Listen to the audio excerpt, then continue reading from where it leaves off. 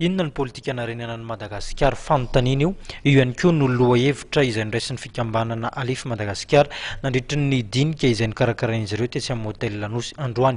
Ity fikambanana ity dia nanizingizina fa tsy manana kandida ho tohanana amin'ny fifidianana filoham-pirenena izy ireo.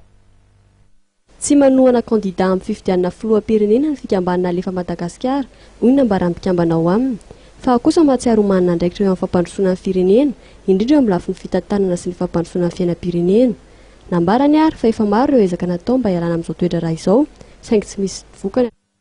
Anisan'ny voizin'izy ireo ny fanaovana politika vaovao, izany no antony nahatonga azy ny fikambanana Alefa Madagasikara hanao izao dinika izao.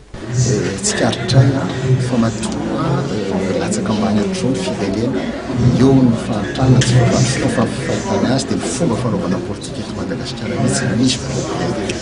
Ka eo zany no mba tondra ny anjara politika andinika hoe ahoana ny hanatsarana azy fanaovana politika eto Madagasikara izay. Teboka telo lehibe no dinina nandritra ny ady hevitra izay notanterahan'izy ireo, anisan'izany ny firenena tandalana sy ny fanaovana politika vaovao, ny fitsinjaram-pahefana ary ny politika ara-ekônomika aorian'ny krizy.